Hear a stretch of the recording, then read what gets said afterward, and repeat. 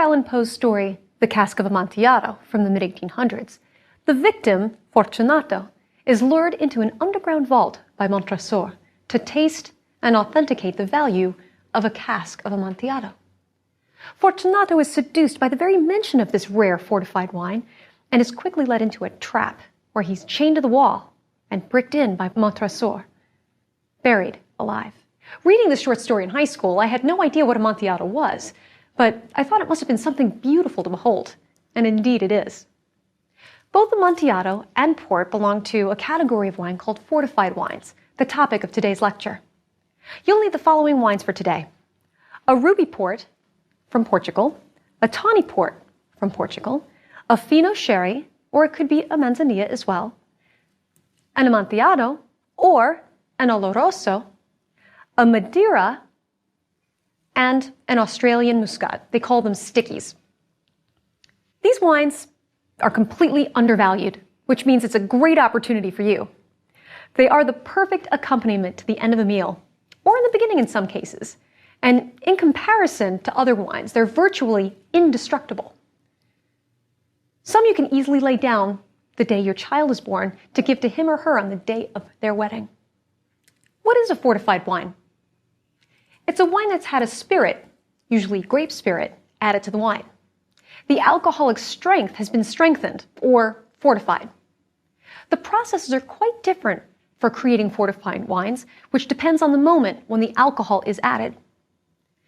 Because I want you to have the time to taste the effect of these processes, grapes, and terroir on these wines, I'm only going to be able to hit the highlights of how they're made. Historically, we have the sea voyagers to thank for the fortified wines. During the trade wars between England and France in the 17th century, England boycotted French wines, and England, being a thirsty nation, sought an alternative within Portugal. However, because Portugal was farther from England, many of the wines brought back were ruined by bacteria and yeast. Now, to prevent spoilage, spirits were added to kill off spoiling microbes and act as a preservative, allowing the wine to make the journey back to England in good condition. Actually, Spain had already figured out how to preserve wines. Even as Christopher Columbus made his voyages from Spain to the New World, his ships were stocked with local Andalusian wines, or sherries. Now, allegedly, when Magellan prepared to sail around the world in 1519, he spent more funds on sherry than on weapons. In the mid to late 17th century, the Dutch East India Company, en route to India, regularly stopped at Madeira, an Atlantic island owned by Portugal, to pick up casks of wine that somehow tasted even better after sailing to the tropics. We'll discuss this in a bit. So how does fortification work? There are basically two methods: the port method in Portugal and the sherry method in Spain. Port comes from Portugal, just like champagne comes from Champagne. The namesake for port derives from the Atlantic city of Oporto, the second largest city in Portugal. However, the port grapes are picked and matured in two different places. The grapes are grown in the Douro Valley, about 50 miles east of Oporto, along the Douro River. The Douro Valley is protected by mountains that keep the climate dry, sunny, and warm. This helps the grapes get very, very ripe. The soil in this area is granitic schist, and I have actually a piece of it right here. It's so hard that they have to use dynamite to blast into the rock in order to plant the vines. Now, the stone also absorbs the heat and reflects the sunlight back up onto the vines for additional ripeness. The grapes used for port are all red: Touriga Nacional, which is the most prized for its richness, Touriga Francesa for its aromatics, Tinta Barroca for its soft fruitiness, Tinta Roriz, called Tempranillo in Spain, they use this for its finesse, and Tinta Gaun, tiny grapes which add tannin. The landscape along the Douro River in the Douro Valley is stunning. The hillsides where the grapes are planted along the river are quite steep, and the vines are planted along terraces, and in some cases, in most cases actually, hand harvesting is the only option, as you can't get machines up there. The grapes are harvested and then brought to quintas. Quinta is the word for farm in Portuguese, although it also refers to a wine-producing estate or vineyard. A single quinta port, such as the Fonseca Guimarães vintage, is from a single year and from a single estate in the Douro Valley. Many producers in traditional quintas still foot-tread grapes for their highest quality ports, their vintage ports, which are only declared a few times a decade. Now, before you laugh and have visions of Lucy Ricardo from I Love Lucy stomping on grapes, or think that port smells like feet, they explain to me that there's still nothing softer and gentler in crushing grapes than the human foot. This allows rapid extraction of color and tannin. Now, think about it.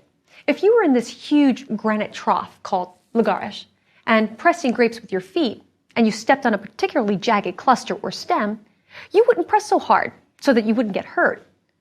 You'd also be making better wine in the process. It's usually a 12-hour foot-treading party with a band playing and the people dancing on the grapes. Nowadays, some of the producers use mechanical feet, which aren't as good, but which are gradually improving. A neutral grape-based spirit is added to the fermenting grapes once the yeast has converted the sugar to alcohol. This brings the alcohol level of the entire mixture up from 6 to 9% to about 20% alcohol. So they fortify in the middle of the process of fermentation. The fortification kills the yeast and stops the fermentation immediately, as yeast generally can't survive above 15% alcohol. But why kill the yeast? We don't take long voyages anymore, so why not fortify it at the end of the process and not the beginning of the process? What difference does this make? Now here we have a port. It's a ruby port, and it's from Sandeman. But before we go to our 5 S's, what I want you to do is take a quick taste of this port.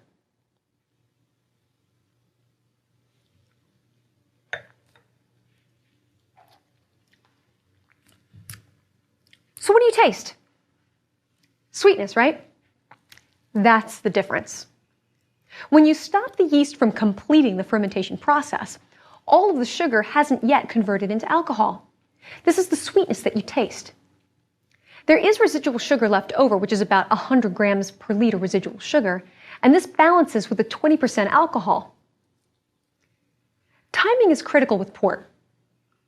So the wine is casked as soon as the fortification process is complete. Alcohol is an extracting agent, and if it's left too long with the skins or pips and stems, it would extract the harsh tannins and make the wines bitterly astringent. The newly fortified wines are now sent elsewhere. Traditionally, the pipes, which are casks that contain about 550 liters or about 733 bottles worth, were sent in small boats up the Douro River to mature in warehouses in Oporto. Because Oporto's climate is cooler and more humid than the Douro Valley, the ports can age more slowly, and the winemaker has more control over evaporation and over the interaction between the wine and the oak. Aging determines the style of the port, so let's taste to learn some of their distinguishing characteristics. Ruby port, named after its deep color, is young, and it's a non-vintage port that is less than 3 years old. So let's take a note of the color. It's pretty much a deep ruby. Now let's do our chest, chin, nose test. I smell it here. A little bit. Definitely smell it here. When you smell and taste this wine, you get rich red and black fruits. Cassis is also a good descriptor. It's often sweet without too many tannins, and great at the end of the meal, especially with chocolate. If the label says Ruby Reserve, as this bottle of Sandeman does, it means that it's a blend of higher quality wines, and it's been aged for up to 5 years before bottling. Next, we have the tawnies, a separate style.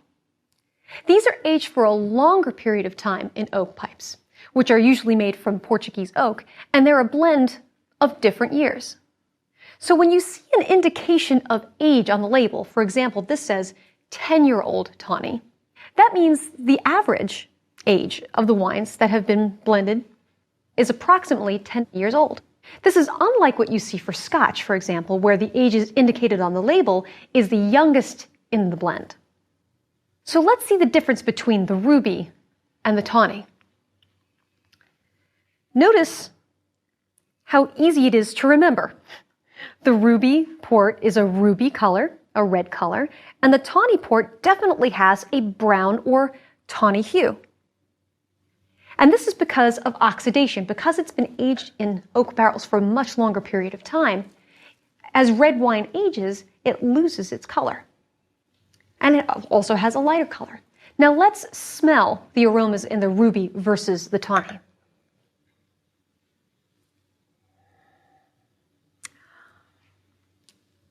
Definitely smell a lot of red berry notes, some cassis, even get a hint of licorice there, like black licorice. Let's smell the tawny. Wow, there's much more nuttiness to this. It smells like of walnuts, caramel, even toffee.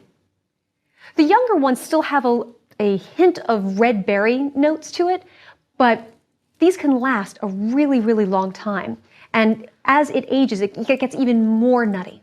When I was at Taylor Flatgate a few years ago, they had me taste a tawny port back from 1900.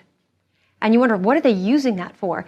They actually use that in the blend for the 40-year-old tawny port that they have. Again, that's an average age. Now for the pinnacle of port, vintage port. Vintage port is not a tawny, but a ruby style that comes from one specific vintage that's been declared.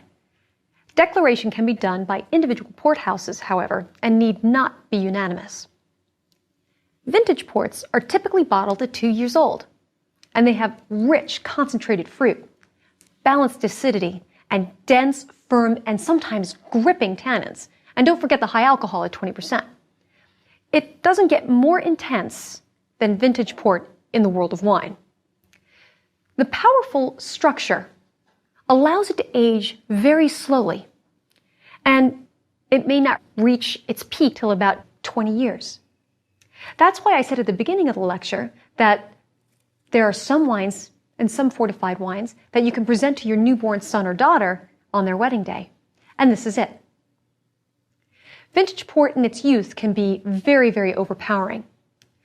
If you have a vintage port, smell the vintage port, and you'll notice that it has not only just the cassis and the fruit notes, but you'll notice that it has in many complex layers of flavors. So you may get more intense licorice and spice like cinnamon and nutmeg. And also, it's known for having a violet kind of aroma as well. But it's very intense. And when you taste the vintage port, and if you compare it to your ruby, your basic ruby, you're going to notice the tannins are much more gripping and much more velvety, and you feel that tactile sensation.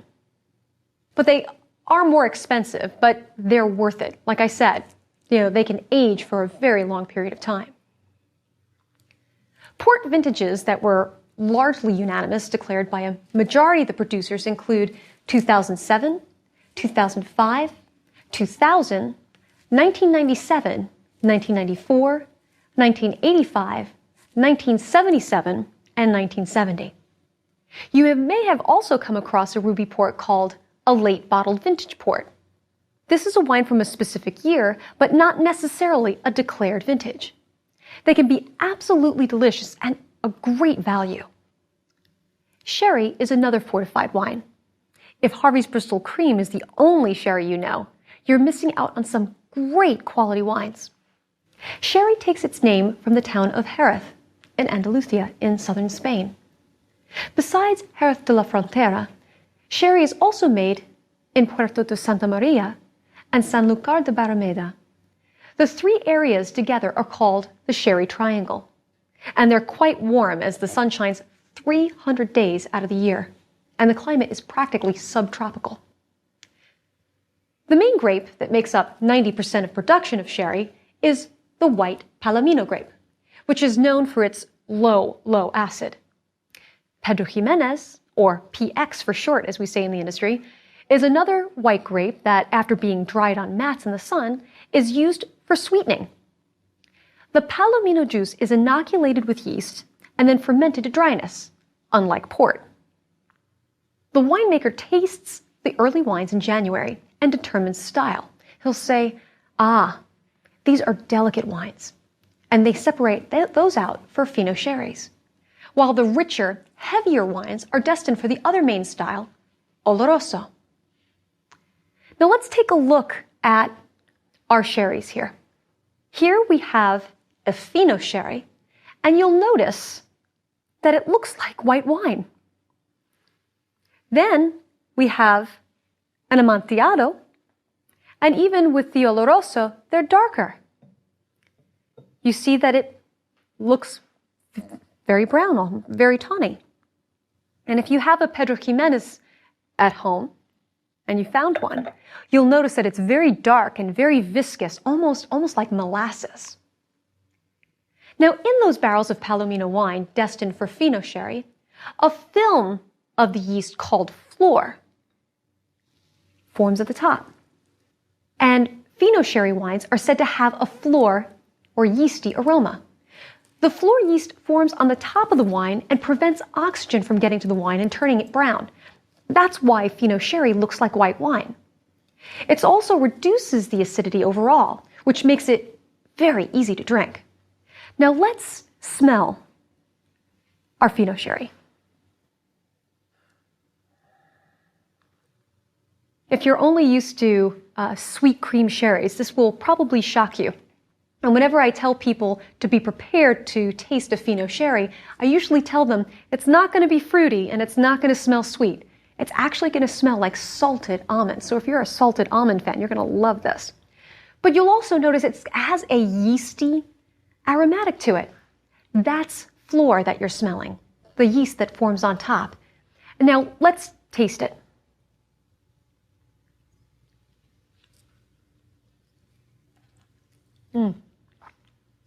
You'll notice that it's absolutely bone dry, but it's not making your mouth pucker because it's so low in acid.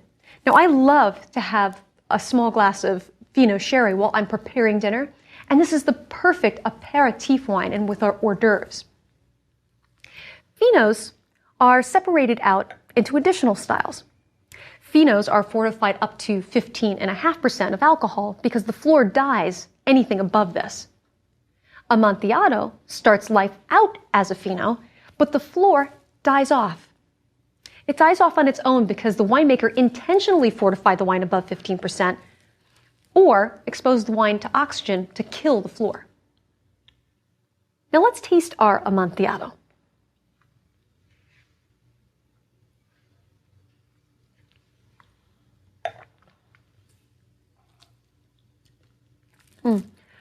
This one's actually bone dry as well, and you see a different range because Amontillado can be a bit sweeter, but this one happens to be quite dry. But what do you notice about the flavors in comparison to the Fino? You notice much more roasted nut character instead of just the salted raw almonds. This is definitely richer and more roasted in character. But you also get a lot of layers of flavors. You can tell that it's complex. And also notice how long the flavor lasts in your mouth. Because the flor has died, the wine is oxidized and the color and flavor becomes more complex. While I think of aperitif wine when I think of Fino sherry, Amontillado is more of a dessert wine that you savor at the end of the meal. Oloroso is an oxidized style, but without a stage with flor. They're intentionally fortifying up to 18% level of alcohol, way past the level that the flor can survive. Olorosos may also be stored outside so that the heat from the sun can naturally increase the oxidation. Now, if you have an Oloroso, taste it versus the Fino, or even against the Amontillado that you have. You're going to notice that the Oloroso is more brown and darker and fuller and sweeter than the Fino. You have some aromas of dates and dried fruit, and sometimes a little bit of molasses. And although they can be dry, most of the time they are sweet. However, if you smell it and taste it in comparison to your Amontillado, you're going to notice that the Amontillado has so many more layers of complexity and depth to it. So Olorosos can be an incredible value. A sherry is rarely sold as a vintage wine, but rather as a style, Fino style, Amontillado, or Oloroso. They blend vintages in barrels called butts made from American oak. It's a fractional system called solera. Remember this term solera, as we're going to see this in other lectures. Basically, the solera system blends old and new sherries so consistently that you can always be assured of a great bottle. Also, because these wines are very microbially stable, because of their high alcohol and tons of oxidation that's already happened, they're virtually indestructible, which is why they're kept open on the bar in most restaurants. Understand, though, that the very best way to keep these fresh tasting and in good condition for as long as possible is to refrigerate them once they've been opened. If you have an Oloroso, you will also notice that it's sweet, while the Fino and generally the Amontillado are dry. This is because PX, or Pedro Ximénez, is blended into it. Incidentally, you can find PX sherry by itself. It's extremely sweet, dark, dense, and smells of molasses. And it's a great sweetening agent for sherry, and that's why it's blended in for Oloroso. Cream sherries also use PX, but most often concentrated grape juice is added to pale cream sherries to sweeten them, which makes them taste a bit more entry-level than Oloroso. Now, the Portuguese island of Madeira is about 400 miles west of the Moroccan port of Casablanca. Madeira uses both white and red grape varieties to make their fortified wines. Tinta Negra Mole is the red grape that usually makes up the styles of the finest and reserve Madeiras, those styles. For special reserve and above, however, Madeira has its own set of noble varieties: Cercial, Verdelho, Boal, and Malmsey. And generally, that's the order of sweetness that it goes in, with Malmsey being the sweetest. Like port, fermentation is stopped once it attains the desired level of sweetness, and the wine is fortified up to 20% alcohol. However, some producers let the fermentation run its course to completion and then fortify it, just as they do in sherry. At the beginning of this lecture, I mentioned that the seafaring folk noticed that the wine got better as they traveled to the tropics. These voyages accelerated the aging of the wine, and modern producers have created two methods that replicate the impact of these long sea voyages. The highest quality wines are aged in casks in lofts, more commonly aged in a process called astufagem, for a minimum of 3 months, in a heated chamber where the wine heats to 104 to about 122 degrees Fahrenheit, or 40 to 50 degrees Celsius. Now let's see what difference this treatment makes. Smell your Madeira, or smell your Amontillado, or smell your Oloroso sherry.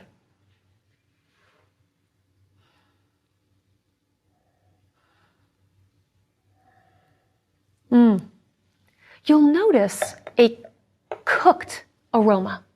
In cooking, you ever hear someone say it's a Madeirized smell? Well, that's a cooked smell, but you'll also notice a very nut-like aroma in this Madeira. Now let's taste it.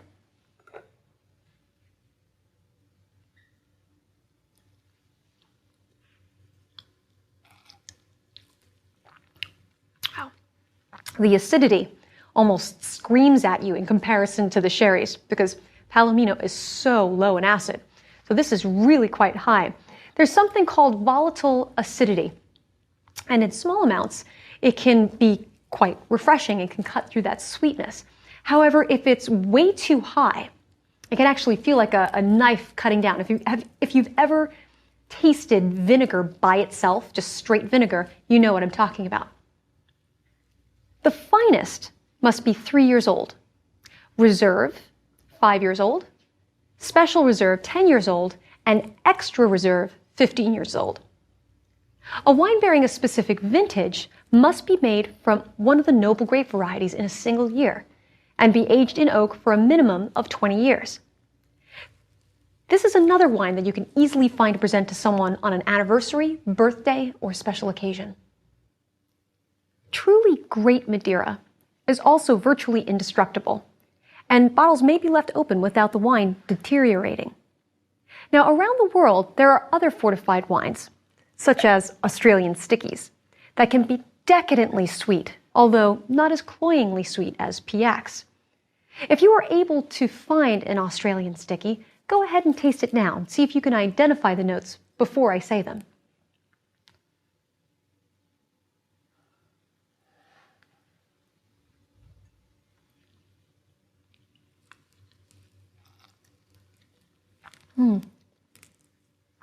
Since these wines are made with an aromatic grape variety such as Muscat, some of the aromatic notes may come through even the wine, though it's been fortified and aged to get a rich brown color and luscious notes of brown sugar, medjool dates, and caramel. Did you get any of those? If you didn't, just make note of what you did get and try smelling it along with those items. Now, you may also know that it's really quite low in acidity as well. And it's not really too high in alcohol, just like the ports, but it's round and it's luscious. However, it leaves your tongue almost cloyingly sweet. So when we say the word cloying, this is one of those wines that you can actually get that sensation. Now, one of the fortified wines, vintage port, is the only one that throws a crust. And what I mean by that is that it forms a sediment. If it's a young vintage port, decanting will circulate the air into it to tame some of those youthful, gripping tannins. And if it's an older vintage port, then decanting will help clarify the wine for you and make sure that none of those black sludge bits get into a guest's glass. The sediment consists of pigmented phenols, or tannins, that have been polymerized and become insoluble in the wine. But they're completely harmless and do not impact the quality of the wine. In fact, sediment can be a good sign of quality in older wines. Experience has shown that premium reds tend to exhibit sediment deposit more than lower quality wines. When the wine bottle is aging nicely on its side in the cellar, the sediment settles to the bottom. Because these bottles are aged on their side, the sediment falls along the side that's down. Traditionally, and you still may see some restaurants using this, is a decanting cradle or basket to transfer the wine from the cellar to the table. This keeps the bottle at about a 45-degree angle, which makes the sediment fall towards the bottom of the bottle. Its purpose is to transport the bottle from its original horizontal position in the cellar out to the table with the least amount of movement possible. However, not everyone has a decanting cradle, so you can use the more common method, which is about 12 hours in advance to serving, pull the bottle from the cellar and stand it completely upright. This allows the sediment to fall directly to the bottom of the bottle. Now, before you begin, you need to make sure that the bottle is clean. I mean, you don't want any dust or spider webs or anything getting anywhere near the decanter or the place where you're dining. So step number 1. You're going to need to remove the capsule from the neck. This is going to help you see the sediment in the neck of the bottle when you decant. And obviously you need to remove the cork. But do this carefully because older wines can have a more crumbly cork, and especially if they're not taken care of properly. Step number 2, you're going to light a candle. You can use a flashlight or you can use the top of an uncovered table lamp, but it's not nearly as romantic or dramatic. Step number 3, you're going to hold the decanter in your left hand and you're going to hold the bottle in your right hand. Step number 4, you're going to gently and steadily pour the wine into